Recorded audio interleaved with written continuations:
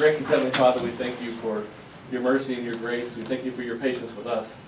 We ask tonight that you would be with us, that your presence would be here, that you would help us to make wise and good decisions for each and every person in our community.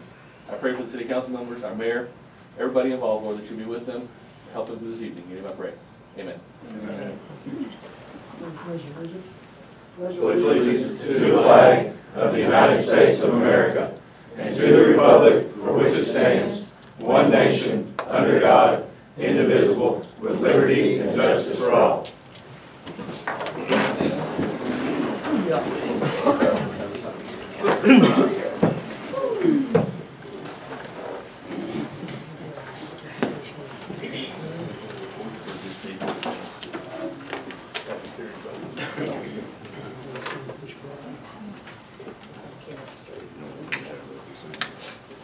We'd like to open the floor for a public hearing on changing the zoning and property in Kennett Street. If anyone would like to address the issue, please come forward.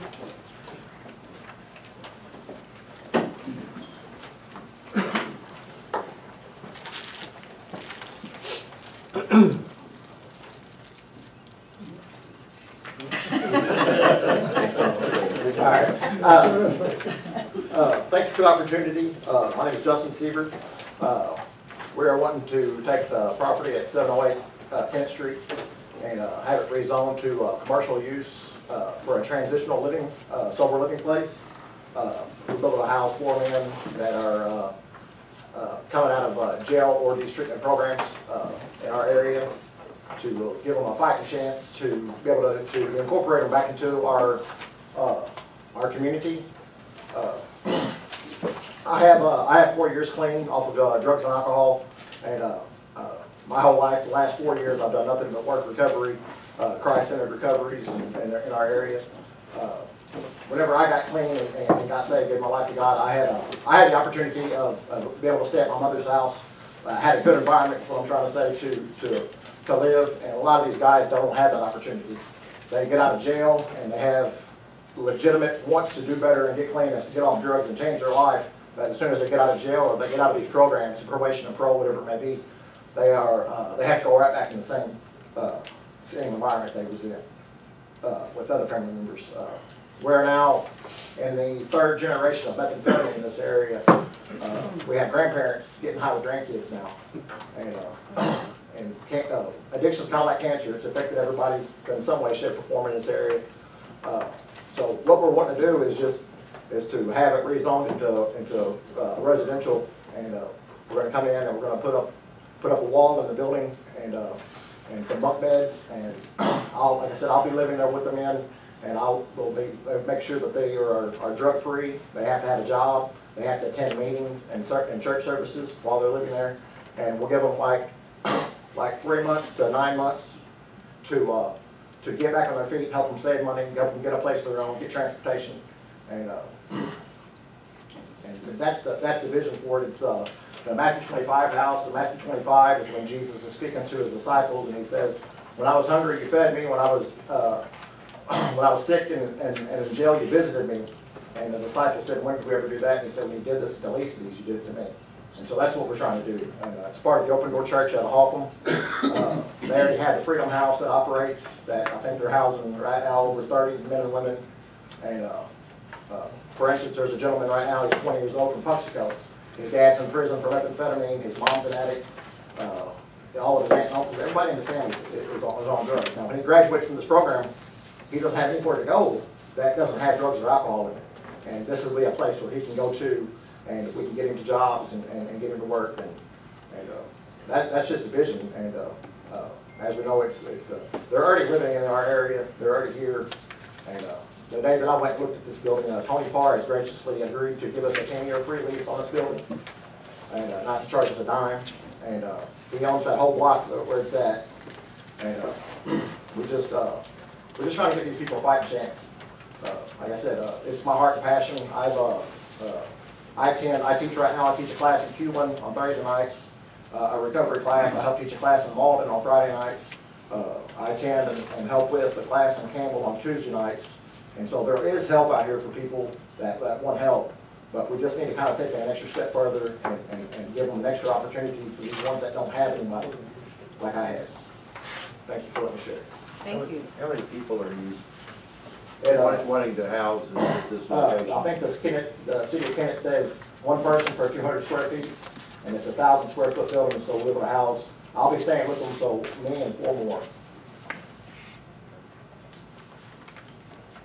And you'll be there 20. Well, yeah, I'll be there 24/7. I have other gentlemen, my friend Derek and Charlie Green. I've had a couple other people that, if for some reason I would have to be gone away from the building to do whatever, that they would be able to stay. So there would always be somebody there with them. It's not like they're just gonna be left unattended.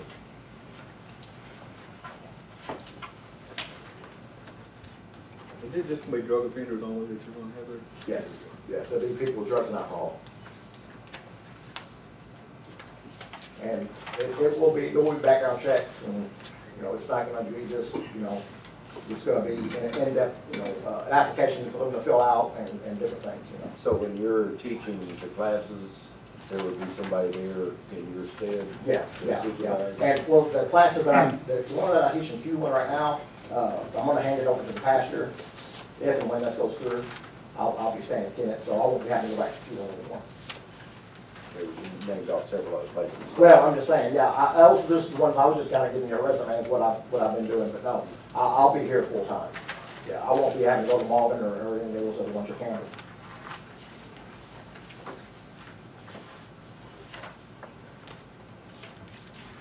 Is it something that we need an official motion on? No. The hearing's not open yet. That's, It's just public hearing tonight.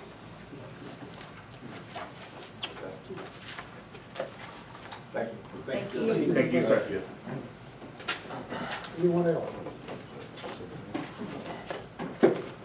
Hello, my name is Valerie McCreel. I'm the Executive Director of the Kennett Housing Authority. The Kennett Housing Authority and the Board of Commissioners asked the requested rezoning be denied because of the intended use if the rezoning is granted. Our main points of concern is its extremely close proximity of the proposed facility to 100 units of senior housing, possibly the largest concentration of senior housing in Kennett. The distance from the proposed facility to senior housing ranges from 15 feet to 2 blocks. The proposed facility is only 300 feet from the Kennett community, which also houses the Senior Nutrition Center. The center also houses the KHA administration offices. We feel the closeness of such a facility will create discomfort and increase anxiety in our senior population. The potential for disturbance of or to the senior citizens housed in this area is a very real possibility.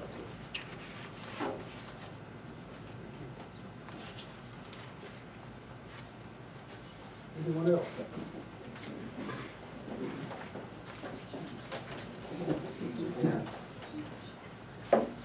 Good evening.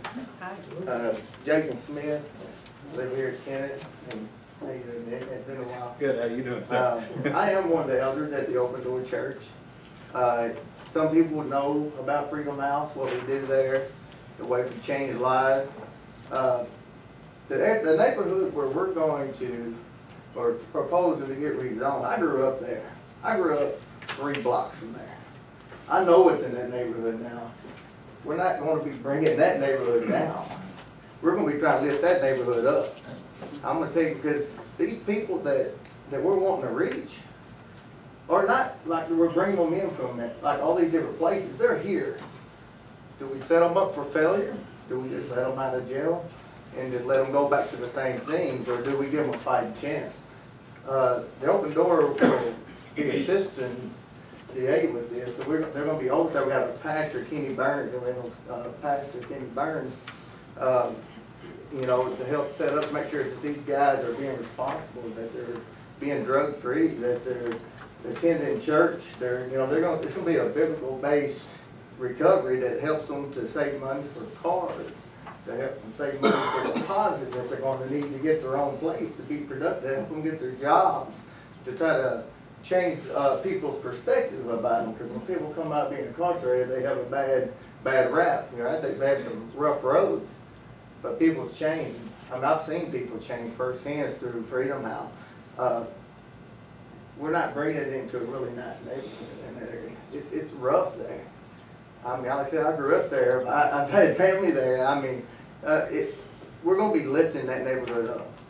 I think it would be a gain for Kenton, because like I said, we're not bringing people that ain't from this area there, they're already there, so we don't wanna see them fail. It's a continuous cycle nowadays. People get out, they get right back, they go right back, get incarcerated again, when they get out, they get in trouble again, go right back to again. It's something we gotta attempt as the church to break that cycle. Because if we don't, the next generation, when they're out there having a kid, they're gonna do the same thing. We got to do something to break the cycle, and this is an attempt of us to try to break that cycle, to make productive citizens for Kennet. And that's about all I got to say. I do have one more question, and it's in reference to what she said a while ago. Will there be any violent offenders there? Like, Violent Yes. offenders? I mean, I kind of see where she's coming from, Yeah. and then, you know, elderly people being around there, we could be housing people like that. When you're saying violent, I mean, what do you, I mean, that's a matter of opinion. Somebody who I wants to mean, murder, first degree assault, something like that, sex offenders. I would say sex offenders, I would say no, but the violent, most times, there's usually violent that comes with drugs, or you don't usually see one without the other. I mean, usually with drugs, there's usually, a lot of times, there's something there. I mean, they come from bad places. I mean, sex offenders, no, but there might be some type of violence on these people's records, you know? I mean, How quick, let me see how to word this, when they go into the facility, at what point in their treatment will they be in? Will they have already went through something and they're there to further their treatment, or will they just come straight from prison to there? If, I believe they can come straight there, they can Yeah, come straight from prison, it's straight there, something after they like fill out an application and agree to meet the terms. It ain't like they just get to come and just move in. They gotta agree there will be attending the open door church. That's part of, you know. They have to be without drugs, being drug free. If they're on drugs, if they're actively using drugs, they have to go to a program first. This is just for people coming out of jail that have clean time under their belt, or people coming out of these programs that obviously have clean time. That kind of answers my question. So it's not just some drugged out, just moving in. No, that's what we take care of through team missions. If they if they're in the middle of an addiction, that's what we have team missions for. They have 13 facilities going right now. So that's how we take care of the ones that come to us to say, I'm addicted, I'm an alcoholic, I'm a druggie. We send them, and they take care of them through an 8 to 10 month program. Yeah, like you said, it's kind of hopefully on the downstage. If they come out of jail, they've been clean from jail. Okay. Try to keep them on the right track. I think that may have clarified some questions people may have had. Okay. We'll be running a drug test while they're there. Yeah. Yeah, that's good information I need too. I know I've known Mr. Seeger for quite a while. If what you're gonna do is half as good as his road to recovery, I'm pretty good deal. Appreciate it. Thank you. Thank you. Thank you, sir. Anyone else? I wasn't gonna speak. So we passed the church 2 blocks from this block, 6th and, it used to be 700 block. We came to the city, this neighborhood, because God called us here, not knowing what was in our neighborhood. We have 4 of the seniors right across the street, the senior housing come to our church. They're scared to death right now. Not about this house moving in, about what the neighborhood is now. And they've asked us to start programs in our church to help people who are on drug addictions, alcohol addictions, life-controlling substances. So we started one. We're starting small. We're hoping that God will make it something huge, because that neighborhood needs raising up. And this, I understand our concerns, because there are a lot of senior citizens in our neighborhood. There are. But there are also a lot of younger couples, younger families who are using drugs, alcohol, or whatever. They get back out of jail, they go right back into that lifestyle. Get right back in jail, go right. It's just a never-ending cycle. And so I did not know this was coming in until I read it in the paper the other day. And if I'd have known, Dustin, I'd have been here back again as well. And so I'm going to go back in since I'm here tonight. And we're a block away. If our church can be of any help for you, for them, we open our doors for that. So if there are any concerns about the senior citizens, let them come to our church, we'll take care of them. I'll protect them in our church. So if you have any other questions or anything about our neighborhood, let me know. We'll go around the neighborhood together and talk to people. Okay? Thank you. Thank you, sir.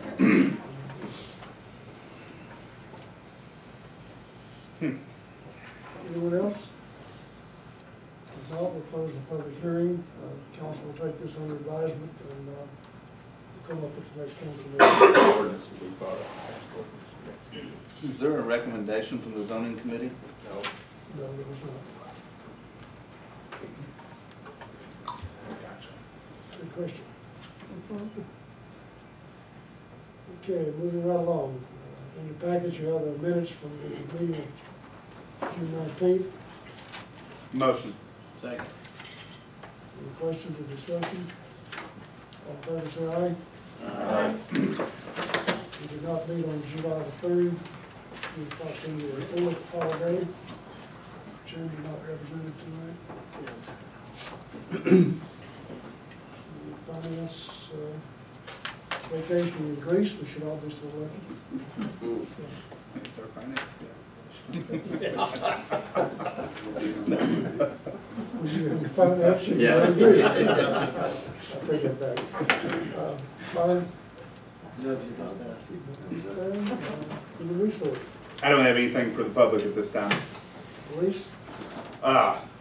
Chief Dennis will speak about the 4th of July, whatever it gets around there, but no, I don't have anything. Let him take care of that. Street? Just busy time of year, things are still happening. That's all I'm gonna say. But, just comment on that. We had a out-of-town visitor the other day and met the gentleman and we started having some discussion. First comment he had about Kennett was to compliment the streets and the activity that was going on to fix our streets. We appreciated someone from the outside coming in and sharing the viewpoint. Told me we're making progress. So. Great, thank you. Stormwater.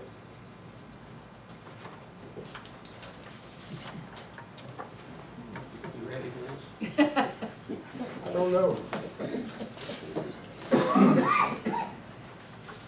Randy's getting up there. You're gonna hear more and more and more, and you're probably gonna get sick of hearing about stormwater. This is something that's mandated. We are not in compliance right now, as we've been informed. And basically, they gave us till the 6th of next month to inform them how we're gonna get in compliance. So, they're calling the shots. And, we got our best people working on it. And, it's gonna be a real challenge, and it's not gonna go away. The requirements are almost mind-boggling. I might preface also, those of you that don't know, DNR is the same one that came in and rated our Buffalo drainage ditch as recreation. Full body contact. I'll stop right there. Everybody lives here in Kennett knows what Buffalo Ditch is, Well, recreation. or should. Well, they don't live here. That's a good one.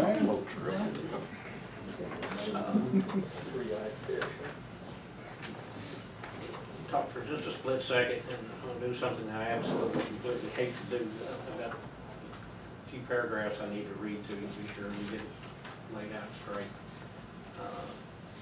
Like the mayor said, this is our current stormwater plan. You can see the thickness of it, put in and submitted to the state in 2016 and accepted by them, and we were issued a permit on it. We were audited in 2017, and here are the 20 pages of comments on that audit that we received after the audit in 2018. Here are the pages that came on the audit this year after the audit, and most of it, a lot of it refers to the 20 pages that we hadn't seen until I went, the audit was on Tuesday, or Wednesday and Thursday. I went to Poplar Bluff Friday and picked this up from the office. I'm going to give a copy of it till then, so. We were out of compliance. I think you all knew that. I think we'd expressed that to you numerous times. We had a lot to do. But it was sure, it was a lot easier to try to get some of the things in compliance, and we had had that 20 pages before that.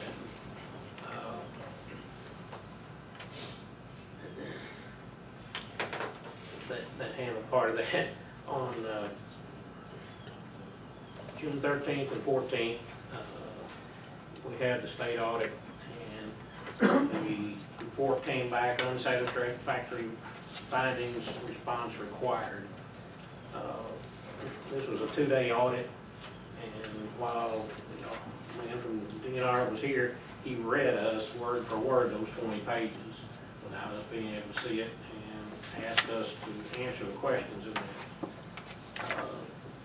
So we feel like some of the findings are not, I won't say they're inaccurate, but they're not complete in what I would provide to you. But this year's summary report lists 8 items that require action, and the response must be made with DNR on those 8 items by August 6th, 2018.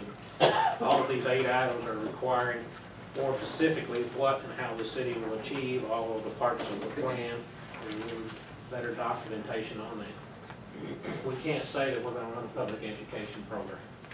We have to specifically tell them what we're going to educate them on, where we're going to, how we're going to do it, how many people we're going to address, and so on a year in advance. So it gets a little difficult to do that.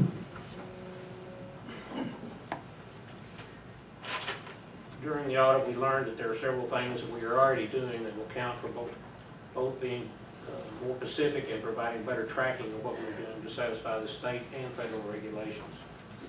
We found that some of these items are arbitrary or an opinion of the auditor. The Stormwater Committee met last night with Victor and I, and we laid out a plan on how we will meet these August 6 deadlines.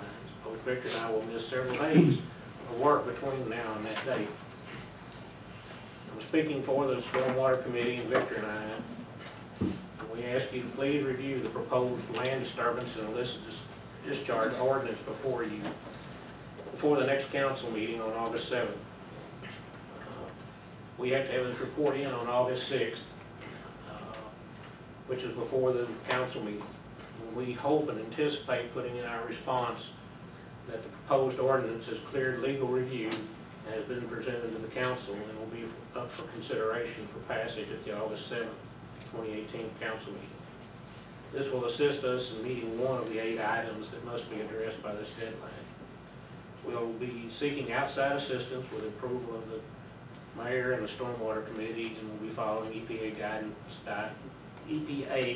guidance documents in completing this work. The only thing we can do by August 6th is lay out a plan on how we're going to meet these things. If all of you all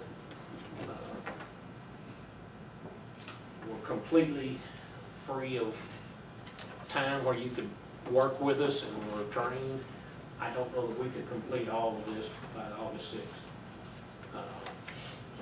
I'm not saying we've been treated unfairly because we've had 15 years to get to the point that they want us to be. We're in our 3rd cycle of 5-year programs, but we feel like we've been pinched here a little bit to receive this report on July 13th and have to reply to it by August 6th. But we are contacting outside sources for assistance, and Victor and I are going to spend an awful lot of time on trying to get this outline and plan put together for them. I'm not asking you to totally agree with everything in the ordinance, but I wish you would look at it. It's 30 pages. It's going to make a lot of changes in the city. That's one of many ordinances that we'll have to pass to satisfy all of this. It's just the beginning. Just the beginning.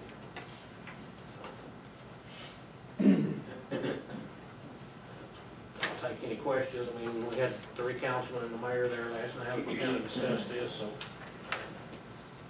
Don't know if there's any other comments or anything on that. One of the things that we discussed heavily last night was the issue with trash trucks and how they violate the ordinance. We discussed how we could handle this as well. We did kind of talk about getting the police department involved in this. We're concerned about issues that need to be dealt with the illicit discharge, and rather than trying to keep a tally of times that this happened, we'd like to get the police department involved in observation of this as well. And it's become quite a problem.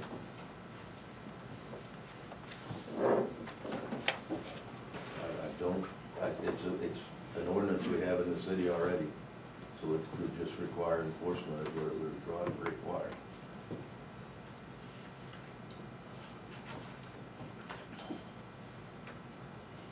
I don't like enforcement. I worked for these people for a number of years and enforced an awful lot of rules and regulations. But it specifically mentions enforcement in here probably 10 to 20 times. That, you know, will be required to enforce it. And that doesn't always mean maybe written report or fine. A lot of it's verbal warnings, can be written warnings, you know, that type of thing too, and that counts as enforcement too. It's going to be a shock for the citizens of Kennett, but it's nothing that the citizens of Kennett or the city of Kennett will be facing. We'll be facing it for the first time. It's nothing that any city in the United States over 10,000 hasn't already faced. A lot of people are going to say that we're going to be hindering growth. Well, you know, the cities around us, Dyersburg, Paragould, Jonesboro, Poplar Bluff, Cape, and hindered them, they're all still growing.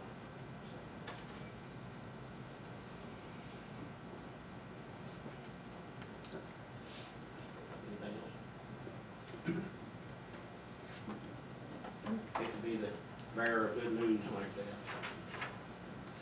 that. Also a lot of hours for several people to get this done. Probably be in touch with the mayor and Mr. McVeigh several times between now and the 6th. Thank you. Thank you. Thank you. Other reports, Rod?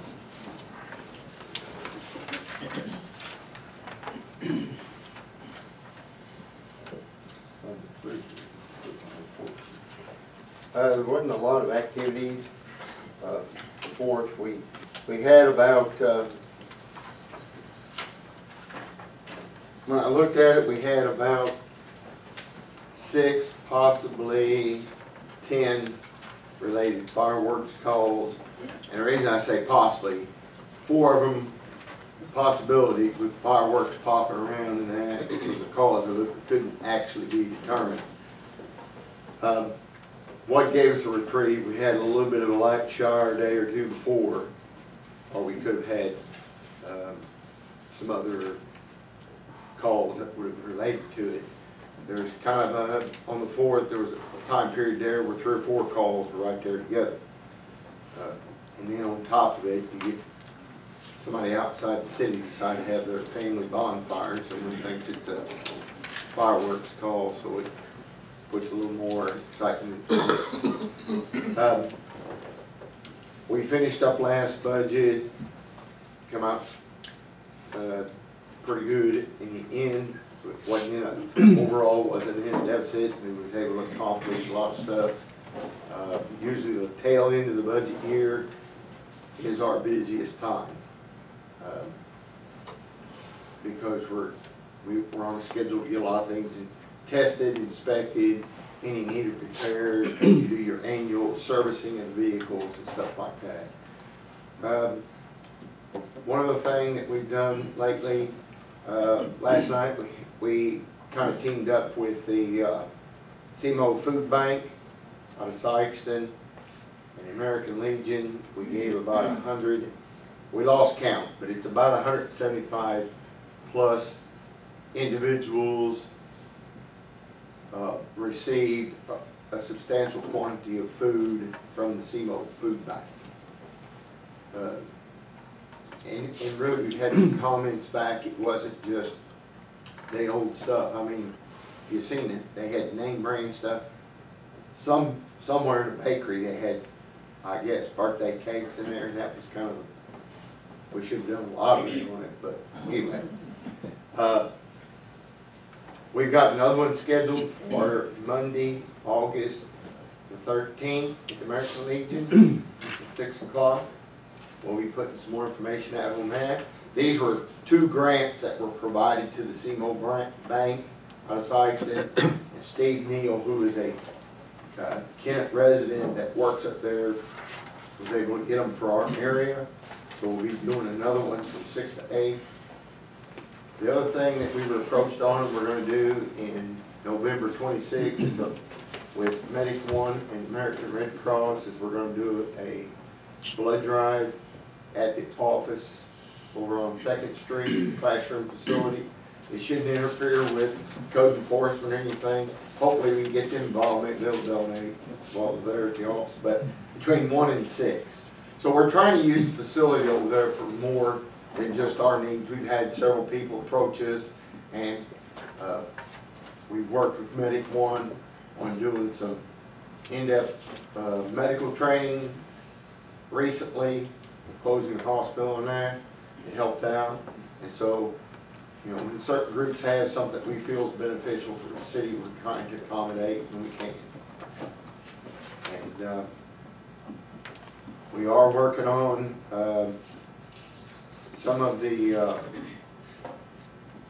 next round of buildings that need to come before the committee. And we have recently, talking about the sanitation services, last week had one that was leaking pretty bad. When we come up on it, we sent it back to their shop. Hopefully they will get that sent or fixed.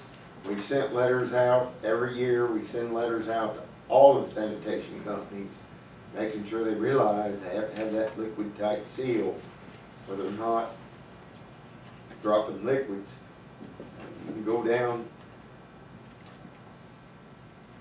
Washington Street from Jackson back east, and you're going to see the spots all along there within the last couple of weeks. So it's just something we're trying with mosquitoes out there.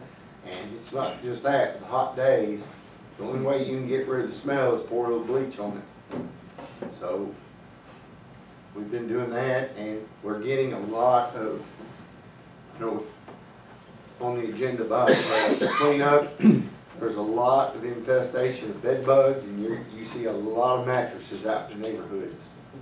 We've had to stop some of them from burning the mattresses. So with that, we're seeing a lot of furniture, such as couches, mattresses. We're trying to curtail that as well. Anybody have any questions on anything?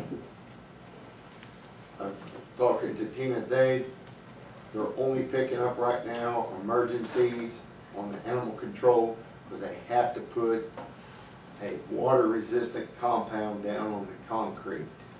They have to reseal it, so that's what they're doing right now.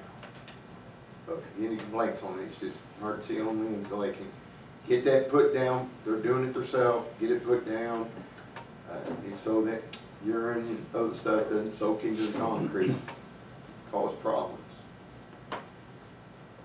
Any other questions? No, thank you. Thank you, sir. Bruce? Thank you, Mr. Mayor. It's good to be back. It's going to be always had a busy month. The 4th over. So we have the young scout in here. Thank you for everybody who comes and attends the council meeting. It's good to see people coming out and participating in the council. Fourth of July this year, although we had 2 calls more than we did last year, we had 25 calls, firework calls this year, compared to 2,323 last year. What made the difference this year is the media we had from the newspaper to the radio. They got involved with us, from the mayor to the Kent City Council, giving support to our department, and the people of Kent supported us also.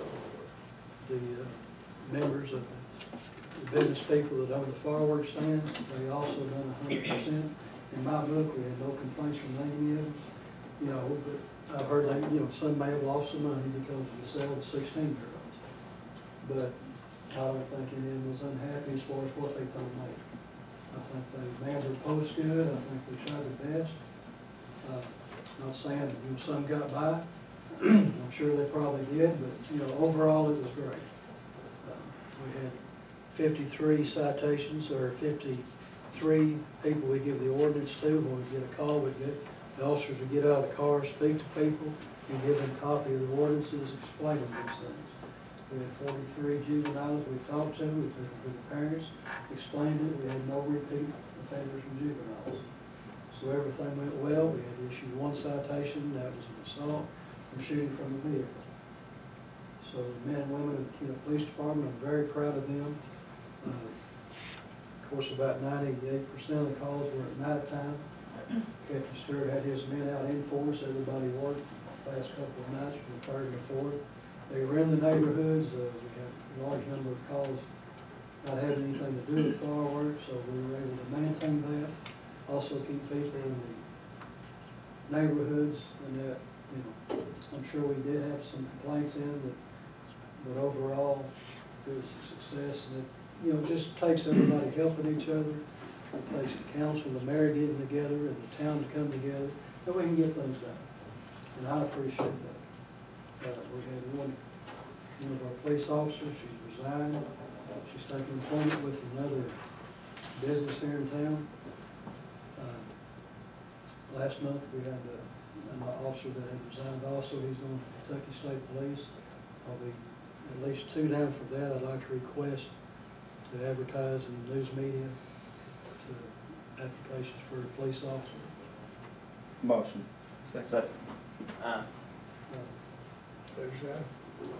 Yes. Yes. I know it's a constant battle between getting our people raises and all city employees. We are working many, many hours trying to figure out how we got so much money and how we can dig it out. So, but I know at least we're working on it. So they know that too. And hopefully I won't lose any more. We'll see how that goes. But I do appreciate it, and I know they appreciate it. Also, I put in your package the fireworks statistics and also the crime statistics for the month of June. We received over 2,000 calls of service. We had 70 arrested and served 51 warrants. Y'all have any questions for me? I do. Around Mr. and Ms. Walker's area, how did that go? Everything was good from what I can gather. We had no complaints. It was one of the biggest areas in town. We did get a lot of the firework calls, but we were able to maintain it. There was no far as fighting out in the streets. I think that was the biggest I'm not thing. going to sit here and say 100% it never happened. We never saw it, but never got complaints out of it. We were able to stay keeping on the street with that. I talked to a few people that were concerned about that last year, and they seemed to be very happy with how it went. Good. So it was I really appreciate that. totally different year. Also, we just got back from, I was able to take 6 officers to the LETSAC conference. We again placed, our vehicle was placed again. We got recognition for the car. Also, Captain Stewart, they got 3rd place. About 20 entrants. As far as in the great vehicle escape, we have set your vehicle. It shows that law enforcement officers can unbuckle their seatbelt and get out of the car and be safe and go after somebody. And he got 3rd place for that. So very proud of him and all the people that were in the top 4 positions for a while. So anyway, very good. More training to come. Any questions? No, sir. Thank you. Thank you, sir. John, we didn't have any fires as a result of the fireworks this year, did we? We had just, we didn't have any, well, we had the one structure earlier before the 4th. We did have a few grass fires and a dumpster. But overall, no serious. Seemed like a big improvement over last year. It does.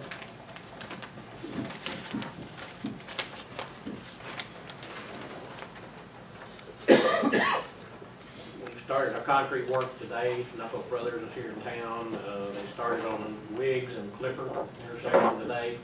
And that intersection will be closed to all traffic for Chiefs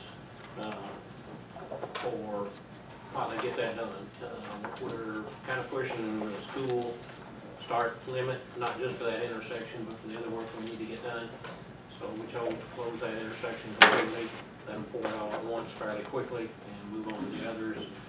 Then go to Wiggs and Walnut and Clipper next, and that'll be open either north and southeast or west. We've done a sheet of grade on that to see which way to be the best way to pour that. So it'll be constantly open in one direction there at least for that. Randy, I'm sorry, Wiggs and, Wiggs and Clipper is first, and then Wiggs and, I'm sorry, I got the then wrong. Clipper and Walnut second. I Sorry. got that. And then we'll be moving to North Main, but I don't know. It'll depend on, partially on the heat, partially on the rain, you know, nothing when we get to North Main. I'd like to start some pictures around. I brought this up previously about the vegetation in the street. And you can probably drive down just about any street in Kennett and find trees or shrubs or something growing out in it, interfering with either visibility or driving in the proper lane. These are just two pictures that I took yesterday, two locations. But it's becoming quite a problem, both for corner visibility, people backing out of their driveways and stuff.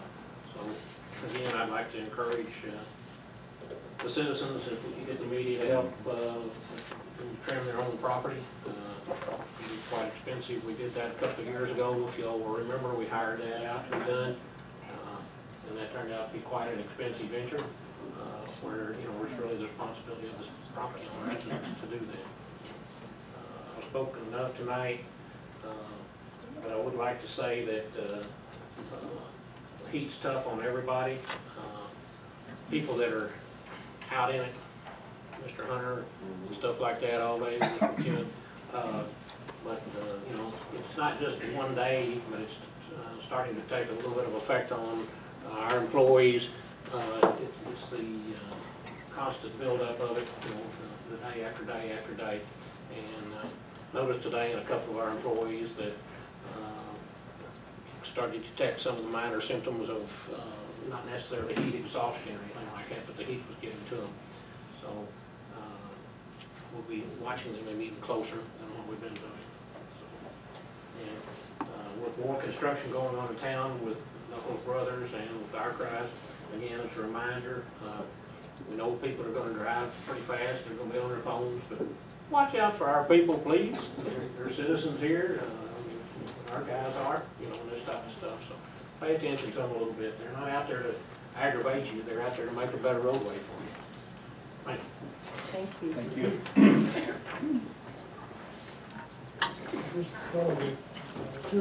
This time I'd like to invite Tim Vector to come up and tell us about those new hybrid mosquitoes and stuff.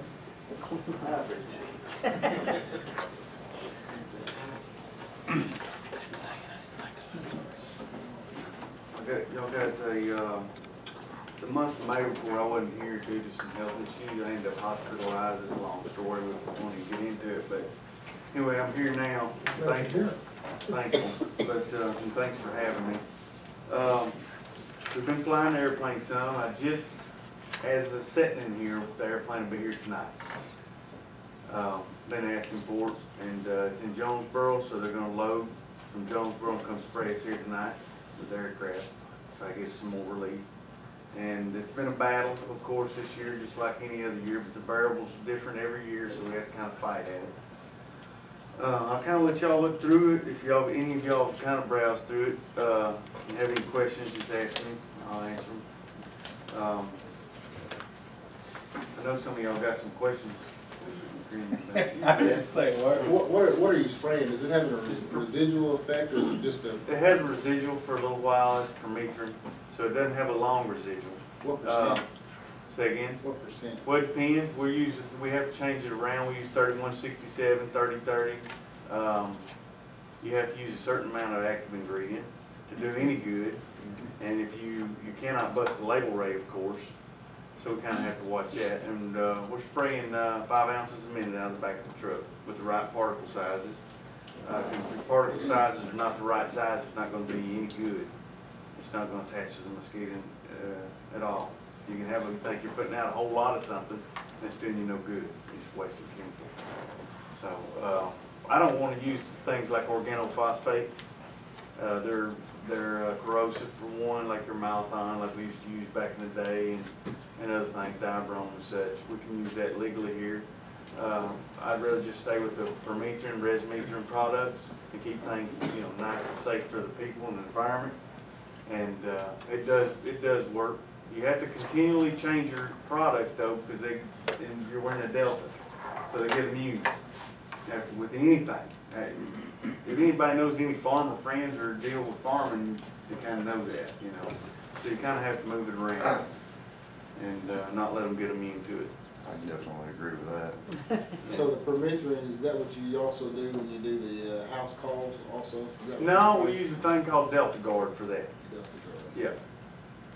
Yeah, we use Delta Guard for that. That's the bomb. Basically, it's a new product out. It's very expensive. I was actually just sitting here working on the phone here, talking about trying to run. It is actually labeled to fly with the airplane now. It is extremely good. It's very expensive though. We need that. Well, I want that. I have a budget to go by, and I come ask y'all. I roughly got a price for like $3,000 extra every time I put the airplane over Kennedy. What I got on the phone a while ago is just a rough estimate.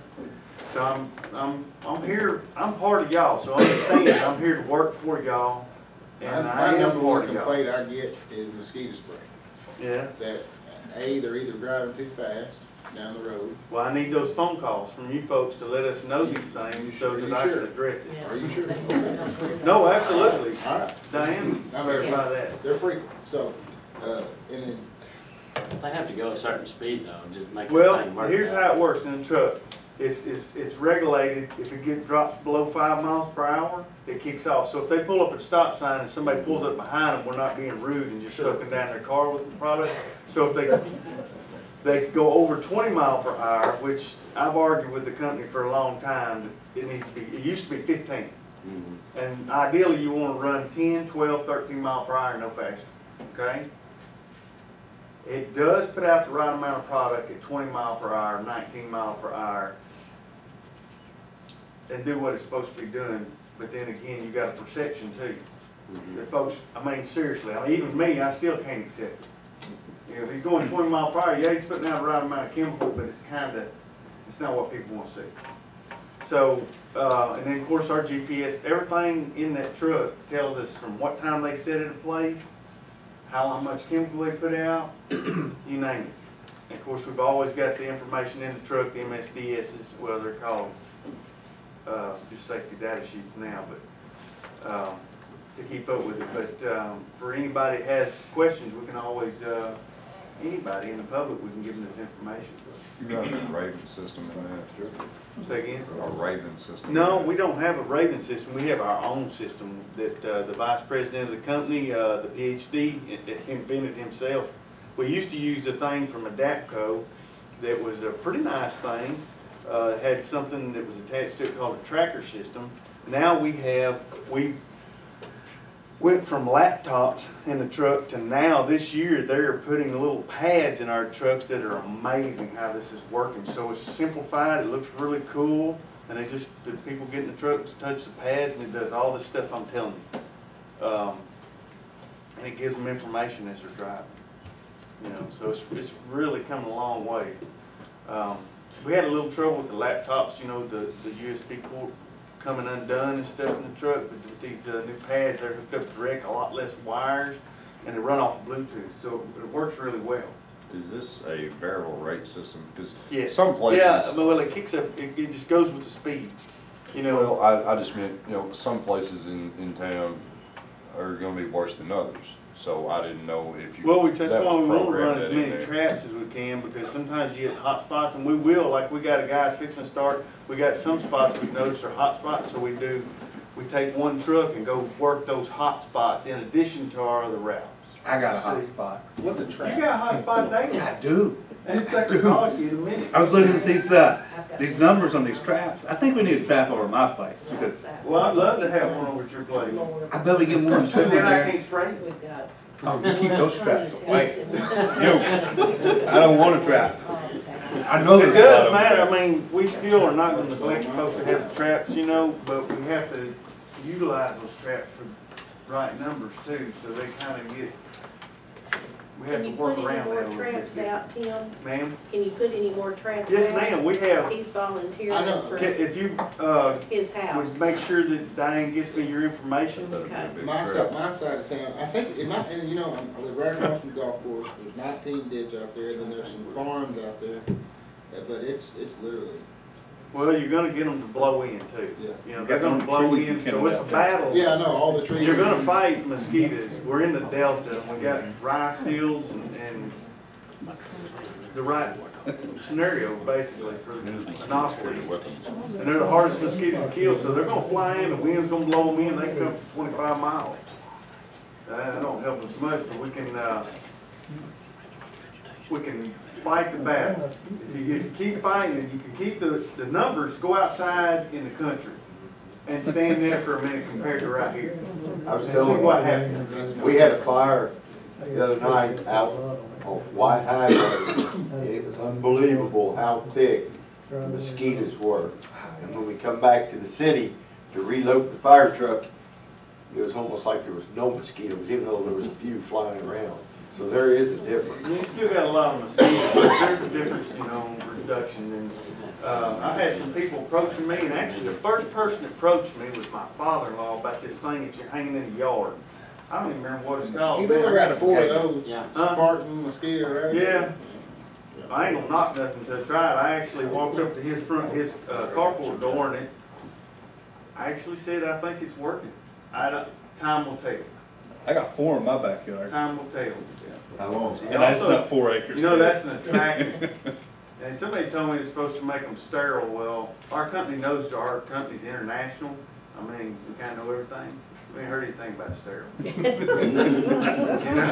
been around my neck, I mean, that'd be ideal, but your eggs lay dormant for, 15, 20 years right there, and then all of a sudden some moisture hits it and it hatch out. And they lay in there dormant for 15, 20 years, so, there's no variables. But I am working this Delta Guard thing, I can talk more, I guess we'll discuss it later or whatever, but I'd really like to try to get that in the air over this town. It's a very safe chemical, it's a delta method. What keys the aerial spraying? I'm sorry. What Oh, key? the numbers? Yeah. Yes, sir, the numbers. How often, I mean, are we set up for a certain number of aerial sprayings per season? We've been working, we kinda did start doing that last year, and as of right now, I give you 4 sprays, okay? 4 airplane sprays, and then after that, we kinda work, There's another with our charge leftover for it. budget, so to speak. We've got the money to do a couple So that's more. kinda, we're trying to budget in the best we can, that's why this Delta Guard costs us like $3,000 more to run the airplane over, but this stuff's a bomb, so I'm trying to weigh the variables and see what kind of relief we can get, how much longer we can get relief, etc. And then you're gonna have to watch the weather that's coming ahead, a number of things to try to get your money's worth out of any of this. Because that's one thing I fight with these, like I say, I'm part of this family here, so me and this, we go round and round, but it's like, that's 10 for you. Because if they come over here to spray with the airplane, I'd rather them tell me I got to call the council and say that we didn't spray when the wind got up to 15 knots or whatever. Because I'm like, this comes out of our budget.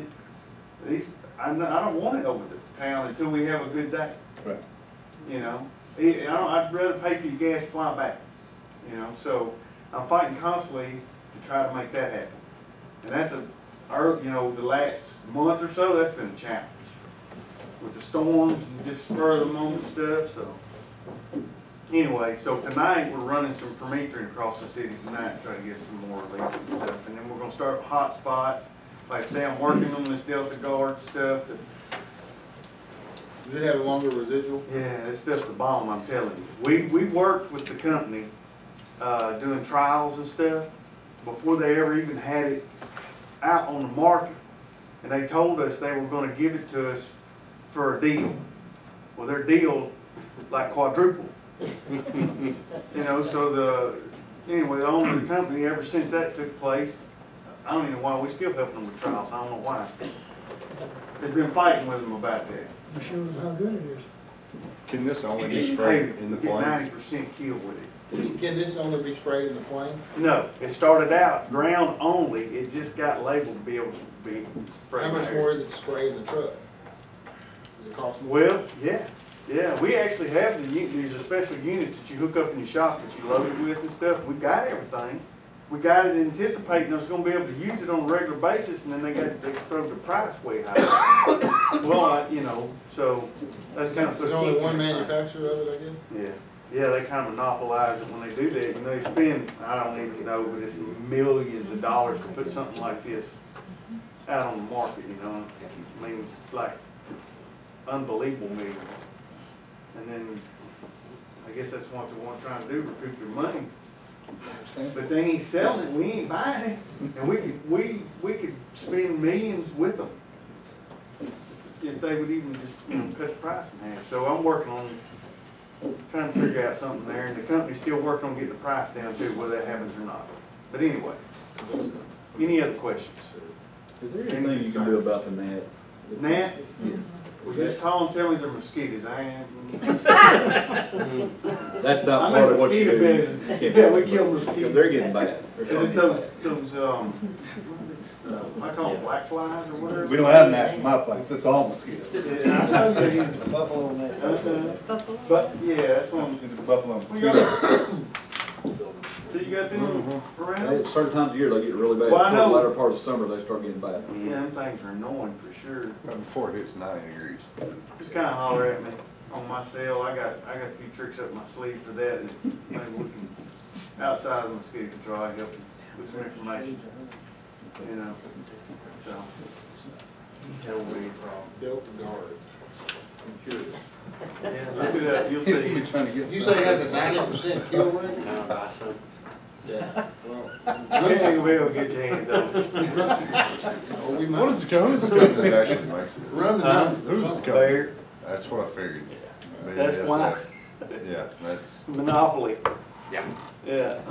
Yeah, I so. like doing business. with Anyway, them. we're still working on that and everything, so, one thing I was noticing that I was talking to Sabrina about, service requests. You know, we, in addition, no extra charge, the constituents here in Kennett need to realize that they can utilize this one of them does, can utilize this service request, where we come out, we do like they say, I'm trying to drink coffee on my back porch with my buddy at 7 o'clock every morning, mosquitoes wear me out.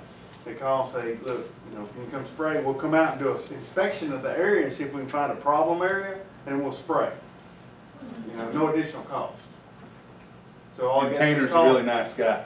all you gotta do is call the office at 532-9102. Is there anybody that gets a newspaper here or anything? Yeah. Anyway, you might want to get that in the newspaper. It seems like we haven't had as many requests Yeah, so they're far down this here. year. A little bit. Some people call. We're gonna start calling every day then. But it gives us, when we do these inspections, though, these folks are calling, it's not like a hindrance, it's actually a plus, because we get to see things that, and let them know, educate them, if they got a bunch of tires piled in their backyard, or if they got something, ruts or something, or maybe they got a leak and sewage come out from underneath their house, whatever it might be. And we're able to educate them, and then also maybe find problem areas and help fix them, so. And also, I'd like to introduce, that's my youngest right there. the Boy Scout, he's shooting for his Eagle Scout. Good And deal. we Good got for this you. other gentleman over here, I didn't know if they knew each other. They're not from the same, group, but, they've been to the same camp a few times, I think. You'll get a chance to talk here in a minute. Oh, yeah. He's taking notes, he's actually got to Speech, discuss everything that y'all been kind of going about, you know, so, anyway. You know, you brought your daughter before and had her give the report, She so. does good, too. She did, she did. Good job. She did do a good job. That girl is, real She's quick. good. She's gonna graduate high school as a sophomore in college. By the way, I had to brag on her, I can't help it. Howard's headed the same way, so we'll see. That's very Good for you. Any other questions? You're welcome to have give him my phone number or whatever, because I know he got lots of questions. Oh, I do. So I love answering them. You just get ate up. I mean, it's literally, you should stop by my house at night, seriously. Well, information is good. I'll help you any way I can. Anybody or anything, any of these kind of concerns, you know, we'll work out. Cool, sounds good. So, Well, I appreciate you. yes, sir, thank Thank you. And I you. appreciate Tanner too. Yeah, Nice a kid. good kid, isn't he? Yes. Very good. We become friends. All right. appreciate it. Anything else? Well, thanks for having me. You call me if you need me. Make sure the constituents know that they can call the office for any concern. They're gonna regret You need these? I've got from You got- one of them, Okay. yeah, so I'm okay, thank you. Okay. Thank you, sir. Thank Yes, sir. you. Thank you.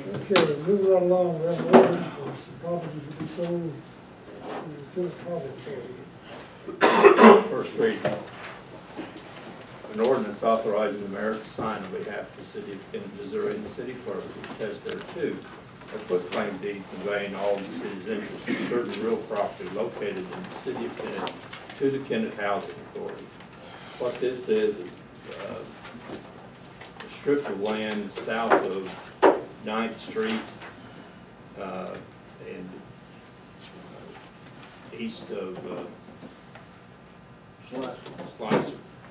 That, yeah, so that's the sidewalk runs through it. The Board of Public Works purchased it some time ago. They're growing tired of mowing it, and it's doing the city no good. It's actually a burden to the city to keep it mowed. The Housing Authority has stated that they would take it and they would keep it mowed. Motion. Second. Can you say that faster?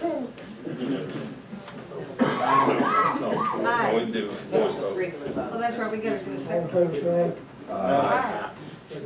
Second reading is an ordinance authorizing the mayor to sign on behalf of the city of Kennet, Missouri, and the city clerk to attest thereto a quitclaim deed conveying all the city's interest in certain real property located in the city of Kennet to the Kennet Housing Authority.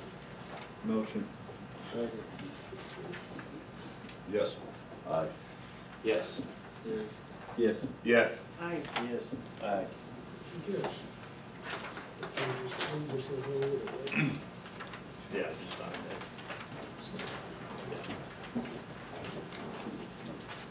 we'll discuss the city right Yes. They own the property all the way around there, don't they?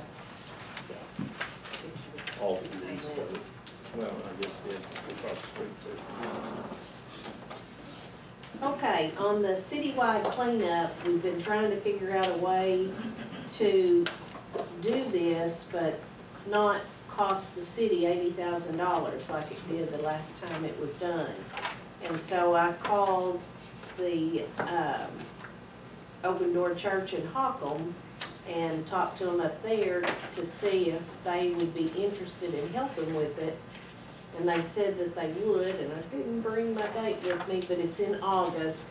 And the way it would work, we would have 2 roll-offs put over here on the side parking lot, and then people could bring their items to the dumpsters, or they can call City Hall if they got something and they're not able to bring it up here. And the gentleman would go and pick it up. The idea is, as you all know, there are some items that people just get tired of, and they're still in really good shape, and so they would take them back for their church's use, whether they use it at their yard sales that they have as money makers, or use it however they see fit to do it. So this would, we'd have to pay for the dumpsters and have to pay for the gas for the gentleman going to pick up the different items or whatever, but it still is not gonna end up costing that much. That's hard to say, the dumpsters, yeah, lot less than half. Diane, if I could suggest, because we've done the dumpsters before, is do not put them on your concrete drives here at the city. You need to put them over at Fire Station 1 on that back gravel lot, because you'll have so much traffic in and out of here with your normal day-to-day traffic that it could impede. Plus, I just think it'd be better if you set them behind number 1 fire station. There'll be somebody there. Okay, that's still kind of centrally located. That's where they done last time. It's gravel back there. Across from the Baptist church. Yeah. With a They did White it House back barn, in. and that's poured that gravel back there. It's, Yeah, yeah, it's empty. Well, It's pretty he was deep. talking about the size. Yeah, you can get the big dumpsters. Yeah, you can. I don't know if I'm doing that. No, or whoever can. Yeah, they should be able to get back here. We got everything cleared away. I just know from then, scooting the dumpsters, using it on the concrete, and you could have people setting stuff there. You gotta kind of keep somebody that can keep an eye on it. Well, that's, the people would be there. Yeah. You know, they're gonna have enough people. They gave me the dates in August that they're available. So we'll look at moving it, but. You got room for a backhoe out there? Oh, yeah. To smash it down? You'll save money, but if you smash it down. Yeah. Okay. Well, Tricks of the trade. I don't have a backhoe, but. now I'm in the saving the city money business, not. Yeah. But anyway, this will be a way that we can do it, but just not cost the city as much. So anybody that has anything at their house that they need to get rid of, they can either bring it up here or call the city hall and they'll come pick it up. So same concept. But this is, aren't you trying to save the, going to get it for the elderly and Yes. things of that nature? Not just like me, if I don't want a couch, I call and they come pick it up. Yeah, but I mean, it is It's for really the, reserved for the elderly and people. but they will go pick it up if you're too lazy to bring it up. So we need, no, not me, but I I know a guy. So anyway, need your all's approval to do this. Motion, second? Second. What you say? Discussion? All in favor, say aye. Aye. Okay. The next thing on here is for me too. We had a company that had been calling on the city for probably a year, asking to come talk to the employees. And it is similar to Aflac in that it's life insurance, accidental insurance, cancer policy, heart policy. And so they came and they've talked to the employees, but I need your all's permission that we could set it up so that it's taken out of the people's payroll that wants it done that way. We do that for Aflac. Is that what the city, is that what the employees want? Motion. Second. Motion second, all in favor, say aye. Aye. Got one more, I think. Yeah. This, on the,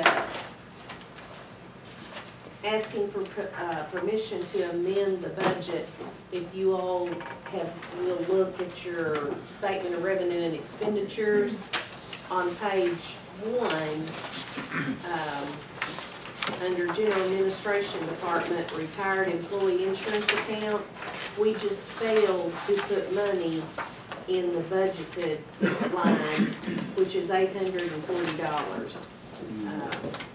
This is for an employee that is retired that's taking out the dental insurance. And we just need to put that in there, because otherwise it's gonna look like, you know, we're over all the time. Motion. Second. No, I've got three, so let me do the other two. I'll still put you all down, but, okay, then under general revenues, under the prisoner board fees, we failed to put the amount in again, and that needs to be $600. And as you can see, there's already been, we've received revenue of $89.50, so I forget, y'all have got the June. Okay, so it's not on your June one, I've got a new one, yeah. And then the third one, it's under street department, the retired employee insurance account. We need to put $240 there in the annual budget. All three of them just come to $1,680. Motion. Second. Motion second. All in favor? Aye. Thank you.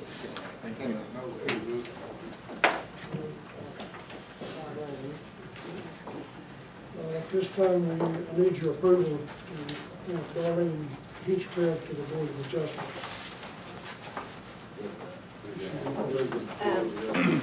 That is a board that takes in the rezoning request and variance if somebody's wanting to do something that's not up to code, then this committee meets. They only meet when they have to. And Julie Lynn was on there and her term has expired. So this is to replace Julie. Motion. Second. All in favor, say aye. Aye. Also, in the packet, a request from DNA, $5,000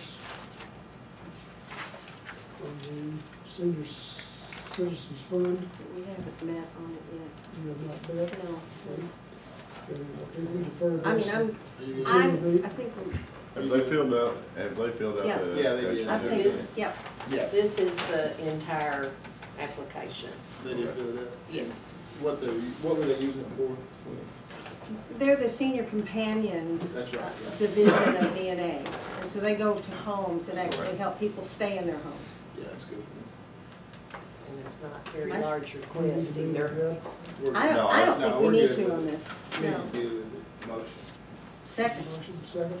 Any further discussion? Questions?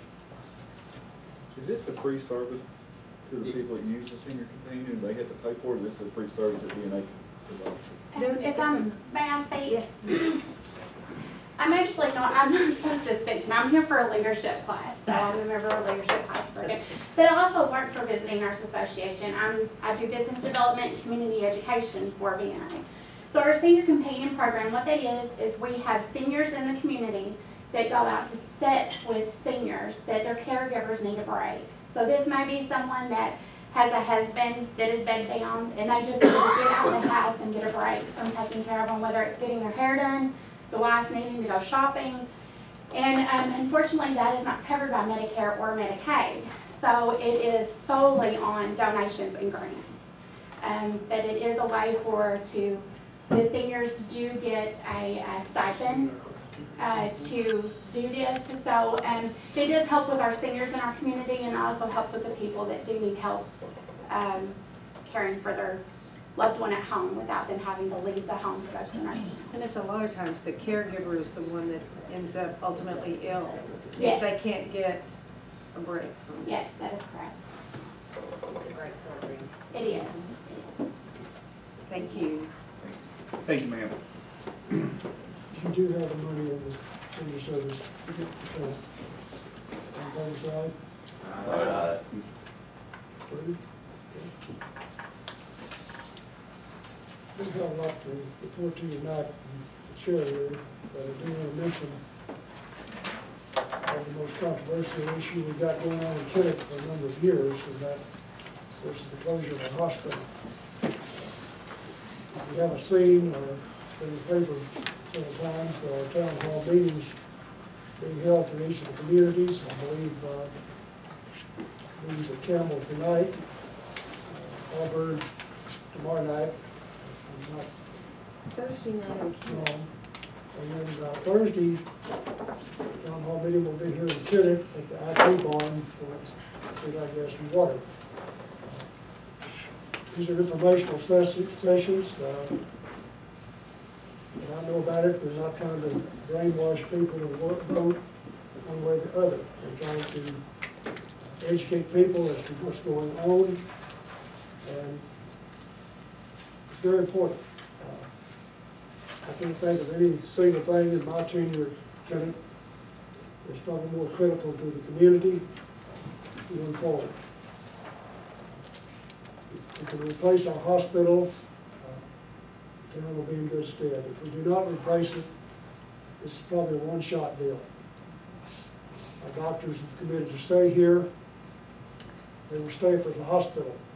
5 years down the road, if there's not a hospital, you probably won't find any of it. So where do you go from there? It's important. Probably already figured out from my comments, I'm a supporter of it. I'm not going to try to tell anybody how to vote. Vote your conscience. But the key is, please go vote. This will be determined when people show up at the polls. And all the Facebook rhetoric and so forth that's going on, it's not going to do a doggone thing except stir up people. August the 7th, I believe is the correct date.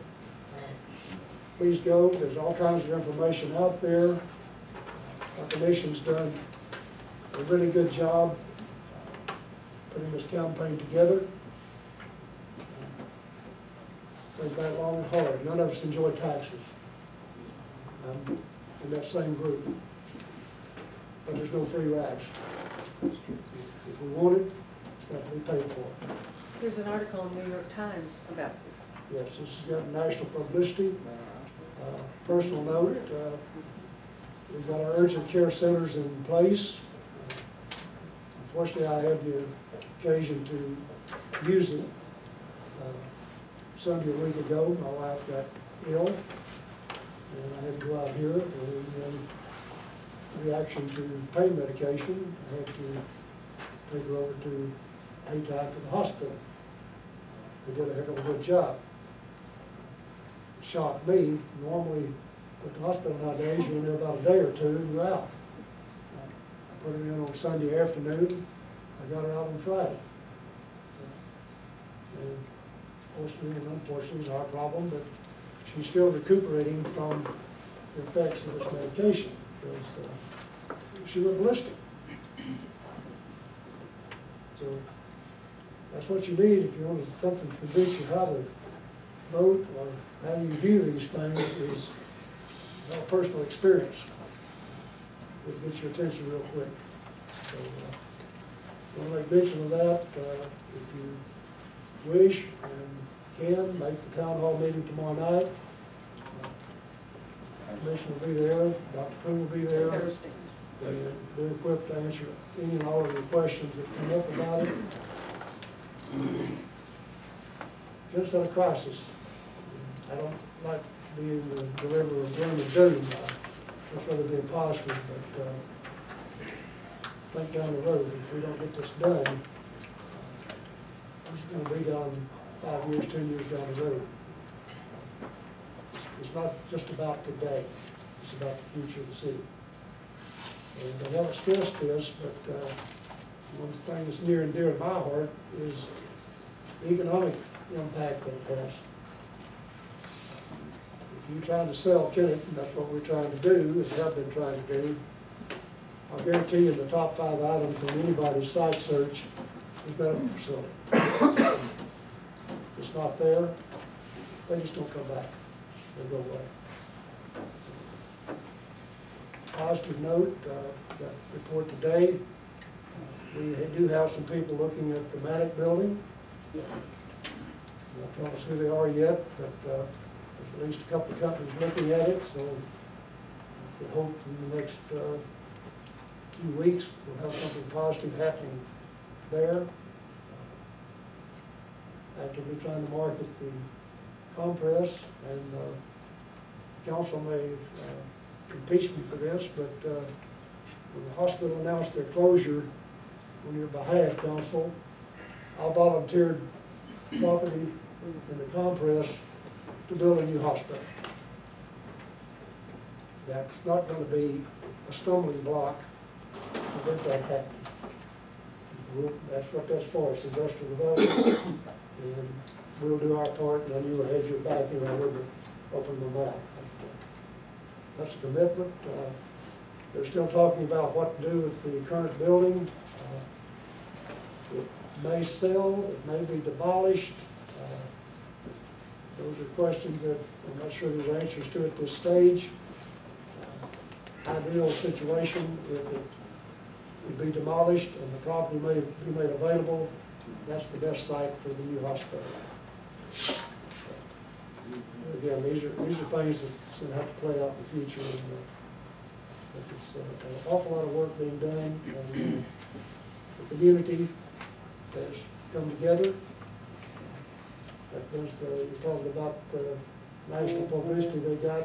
They're amazed as far up as New York that a community of our size can come together and battle something like this. It just doesn't happen. So they were on NPR. Something to be proud of. With that, I will get off my soapbox and open up for public comment. Anybody would like to address the council? You have speeches prepared? All you have to do is just come up and tell your name and what troop you're from. I have to put it in the minutes for you to qualify. My name is August Nelson from Steele, Missouri, and I'm in Troop 104 in Blytheville, and I came here to help get my communications merit badge. What'd you learn? You don't want to be a politician. You got enough answer for me? How close are you to your eagle?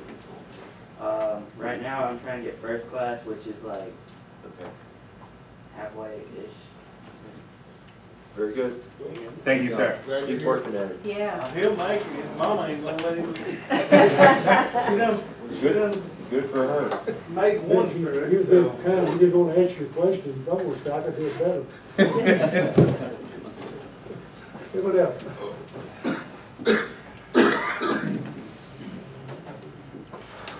Good evening, Chancellor Wayne. With the elections, just right around the corner, everybody wants a fair and honest constitutional election.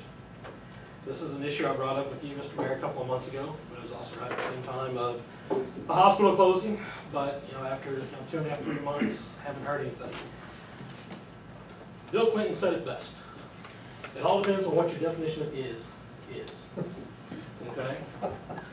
A few years ago, an injustice was done to one person, and that same injustice happened again this past April. There's a city and state ordinance that says whenever you file for an election, whoever files first, unless it's on the same day, gets top ballot on the box. Every election person that I've ever talked to said it's always important. Even with like this city ordinance, it's going to be important. Have that yes box on that top mark. You mentioned NPR earlier. NPR had some good information. There's tons and tons of information out there on how important it is.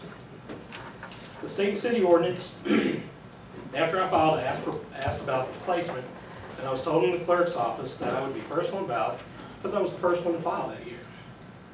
You can imagine my shock whenever I went to vote this past April and saw that I was put last on the ballot. I waited to bring this up until after the votes were certified because I did not want to recount or revote. That incidentally happened to be the same night of the hospital closing and the big city council meeting we had then. I approached Mr. Merritt at the meeting and also with Mr. McKay. The response that I got was, this was a possible clerical error. After talking with our county clerk and asking about the same situation, he informed me that the way that he prints the ballots is the way that the city hall sends it to him. He does not change them because that is a city ballot. He just prints them.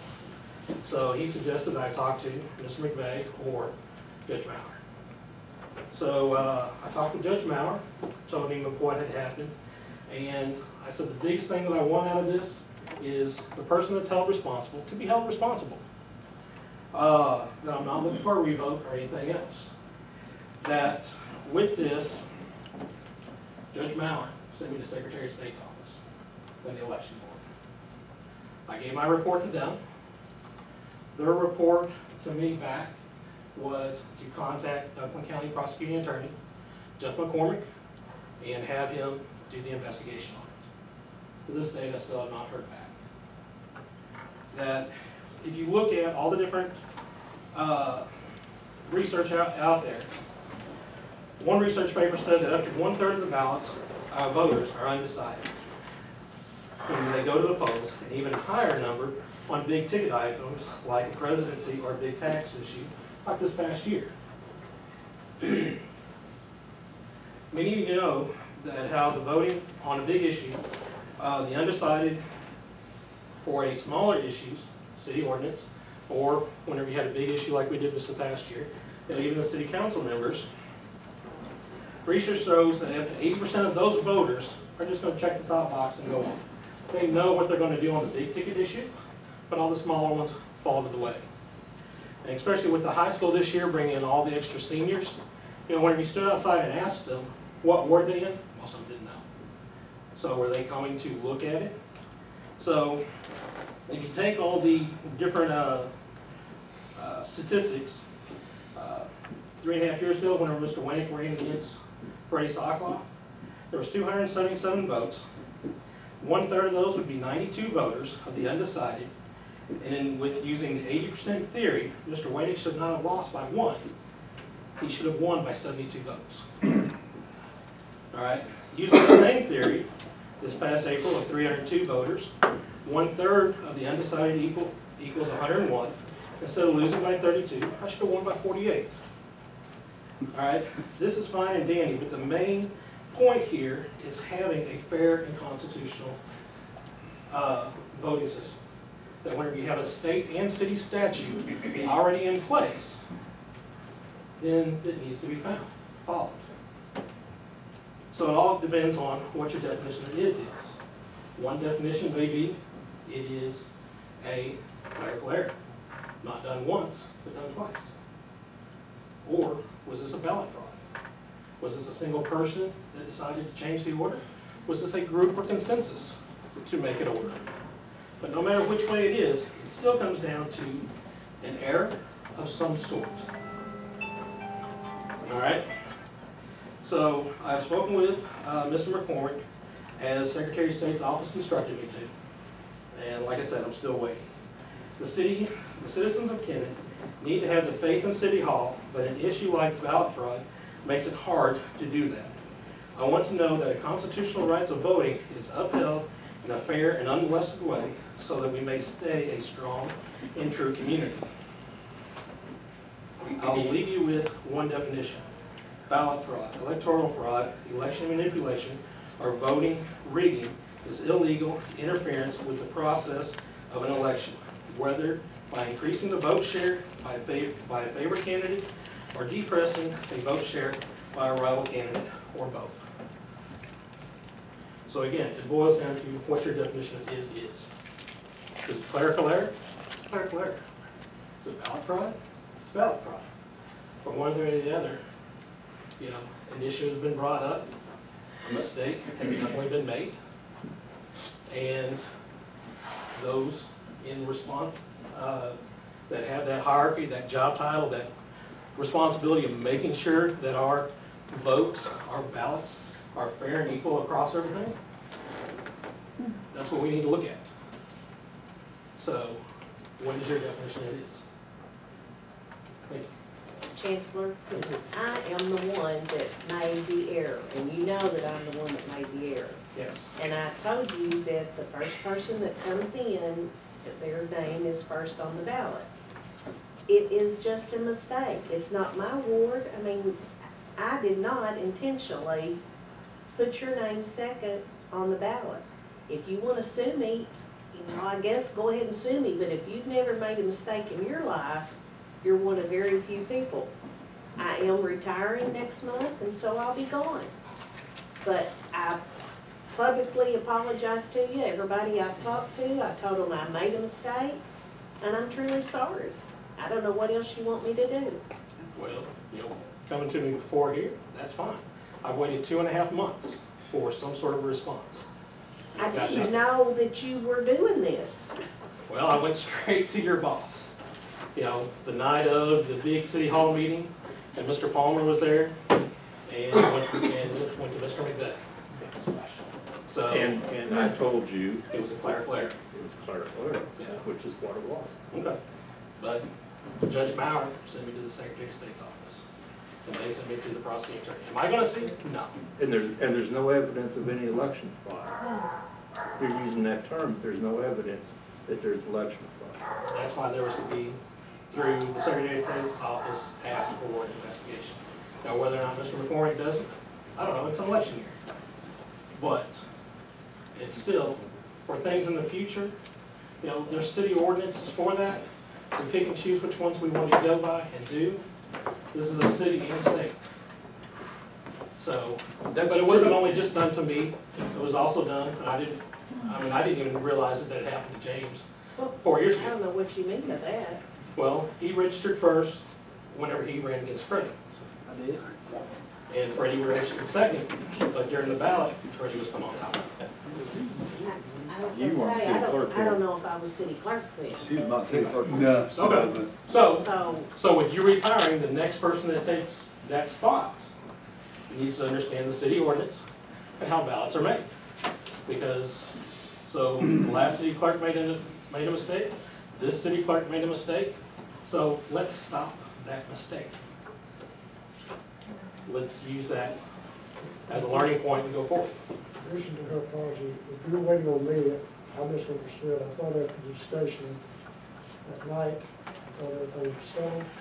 It was a mistake. She admitted she sent it over there wrong. Hopefully we learn from our mistakes. So, if you were waiting on me, I'm sorry, I didn't understand it that way. I thought it That's was why I went settled. right now and I asked thought you it if was you would. settled with Terry's, what he had said, I thought that was under there. Accept my apology. Thank you. Also, you have the city abstract for June in the packet. Motion. Second. All in favor, say aye. Aye. Who's the second? You also have the Board of Public Works abstract. Motion. Second. All in favor, say aye. Aye.